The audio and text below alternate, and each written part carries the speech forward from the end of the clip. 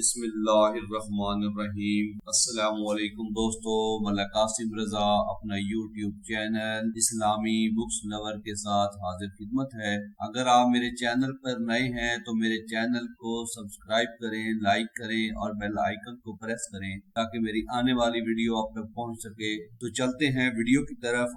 آج کا ٹاپک قصہ دو بوڑھی عورتوں۔ رسول کریم صلی اللہ علیہ وآلہ وسلم گھر سے مسجد جس راستے سے تشریف لے جاتے، اس راستے میں ایک بوڑھی عورت رہتی تھی۔ جو ہی آپ اس کے گھر کے دیوار کے پاس سے گزرتے، وہ اوپر سے آپ صلی اللہ علیہ وآلہ وسلم پر کوڑا کرکٹ پھینک دیتی۔ آپ صلی اللہ علیہ وآلہ وسلم کے گھر سے مسجد کو جانے والے اور بھی کئی راستے تھے، پر آپ صلی اللہ علیہ وآلہ وسلم راستہ بدل بھی سکتے تھے، اور نہ صحیح تو کم از کم اس گلی میں بھی اپنا راستہ بدل کر سامنے والی دیوار کے ساتھ جا سکتے تھے، لیکن آپ صلی اللہ علیہ وآلہ وسلم نے یہ بھی گوارا نہ کیا۔ نہ وہ اپنی عادت سے باز آئی اور نہ ہی آپ نے اپنا راستہ بدلا۔ ویسے بھی وہ قائد ہی کیا جو آزمائشوں کا سامنا کرنے کی بجائے ان سے کنی کتراتے ہوئے اپنا راستہ بدل دے۔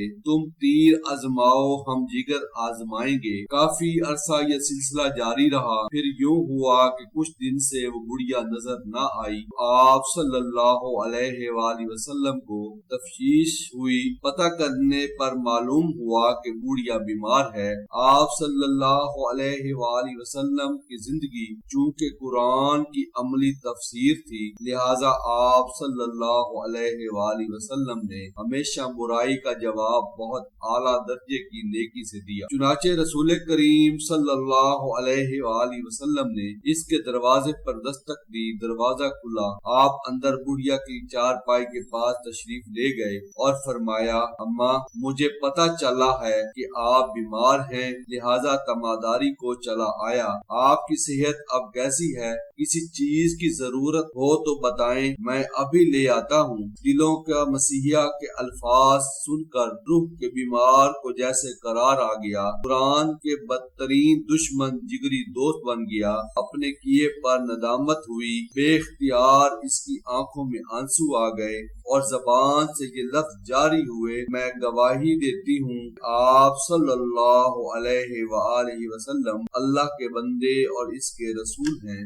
ایک بار آپ صلی اللہ علیہ وآلہ وسلم کہیں جا رہے تھے، راستے میں ایک بڑھیا پر نظر پڑی جو کہیں جا رہی تھی، لیکن سامان کے بھاری بھرکم گٹھڑی اس سے اٹھائے نہیں اٹھتی تھی۔ رسول کریم صلی اللہ علیہ وآلہ وسلم فوراً اس کے پاس پہنچے اور فرمایا، اماں لاؤ میں تمہارا سامان اٹھائے دیتا ہوں اور آپ نے جہاں جانا ہو وہاں چھوڑ آتا ہوں۔ آپ اماں کا سامان اٹھائے جا رہے تھے اور اماں ساتھ ساتھ باتیں کرتی جا رہی تھی۔ وہ کہنے لگی، میں نے سنا ہے یہاں محمد صلی اللہ علیہ وآلہ وسلم نام کا ایک شخص ہے جو بہت بڑا جادوگر ہے۔ میں اس کے ڈر سے یہ بستی چھوڑے جا رہی ہوں۔ وہ مسلسل آپ صلی اللہ علیہ وآلہ وسلم کے خلاف بولتی چلی گئی۔ بڑھیا جب دل کی بھڑاس نکال رہی تھی تو آپ نے زبان سے کچھ نہ فرمایا۔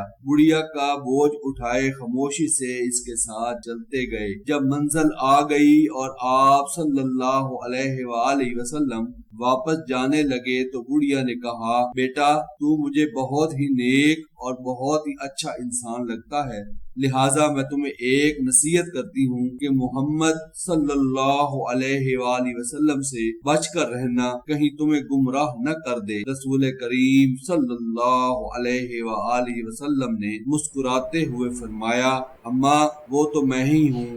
یہ سننا تھا کہ حیرت سے اس کا منہ کھلا کا کھلا رہ گیا۔ وہ بے اختیار کلمہ پڑھ کر مسلمان ہو گئی۔ نبوت کے 5ویں سال جب قریش کا ظلم تشدد اپنے شباب کو پہنچ گیا، حتیٰ کہ مسلمان کے لیے مکے میں رہنا دوبھر ہو گیا، تو رسول کریم صلی اللہ علیہ وآلہ وسلم نے مسلمانوں کو ہجرت حبشہ کی اجازت دے دی، کیونکہ آپ صلی اللہ علیہ وآلہ وسلم کو معلوم تھا کہ شاہ حبش ایک عادل بادشاہ ہے، کہ مسلمان اپنی جان اور اپنے دین بچا کر ایک پرامن جگہ بھاگ گئے، لہٰذا انہوں نے طوف طوائف کے ساتھ عمر بن عاص اور عبداللہ بن ربی پر مشتمل ایک سفارتی وفد روانہ کیا۔ جب وفد نے نجاشی کے دربار میں اپنا مدعا بیان کیا تو حبش کے بادشاہ نجاشی نے سوچا کہ اس کے مسئلے کا تمام پہلو کو سننا ضروری ہے، لہٰذا اس نے مسلمانوں کو بلا بھیجا۔ جب مسلمان آ گئے تو اس نے پوچھا،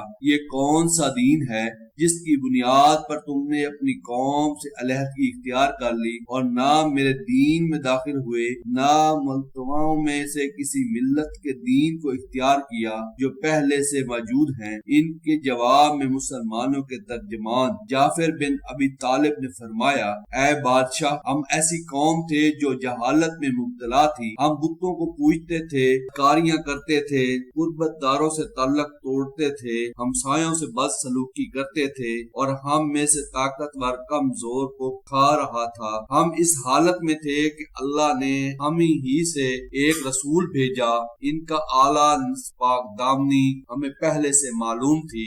انہوں نے ہمیں اللہ کی طرف بلایا اور سمجھایا کہ ہم صرف ایک اللہ کو ماننے اور اس کی عبادت کریں، اس کے صفات جو پتھروں اور بتوں کو ہمارے باپ دادا پوجتے تھے انہیں چھوڑ دیں۔ انہوں نے ہمیں سچ بولنے، پڑوسیوں سے اچھا سلوک کرنے، حرام کاری، خون ریزی سے باز رہنے کا حکم دیا۔ انہوں نے ہمیشہ فحش سے بچنے، جھوٹ بولنے، یتیم کا مال کھانے، پاک دامن عورت پر تہمت لگانے سے منع کیا ہے۔ انہوں نے ہمیں یہ بھی حکم دیا کہ ہم صرف اللہ کی عبادت کریں، اس کے ساتھ کسی کو شریک نہ کریں۔ انہوں نے ہمیں نماز، روزہ اور زکوٰۃ کی ادائیگی کا حکم دیا۔ ہم نے انہیں سچا پیغمبر مانا، ان پر ایمان لے آئے اور ان کے لائے ہوئے دین میں ان کی پیروی کی۔ چنانچہ ہم نے صرف ایک اللہ کی عبادت کی، اس کے ساتھ کسی کو شریک نہ کیا۔ جن باتوں کو پیغمبر نے حرام بتایا تھا حرام مانا، جن کو حلال بتایا انہیں حلال جانا۔ اس پر ہماری قوم ہم سے بگڑ گئی، اس نے ہم پر ظلم و ستم کیا،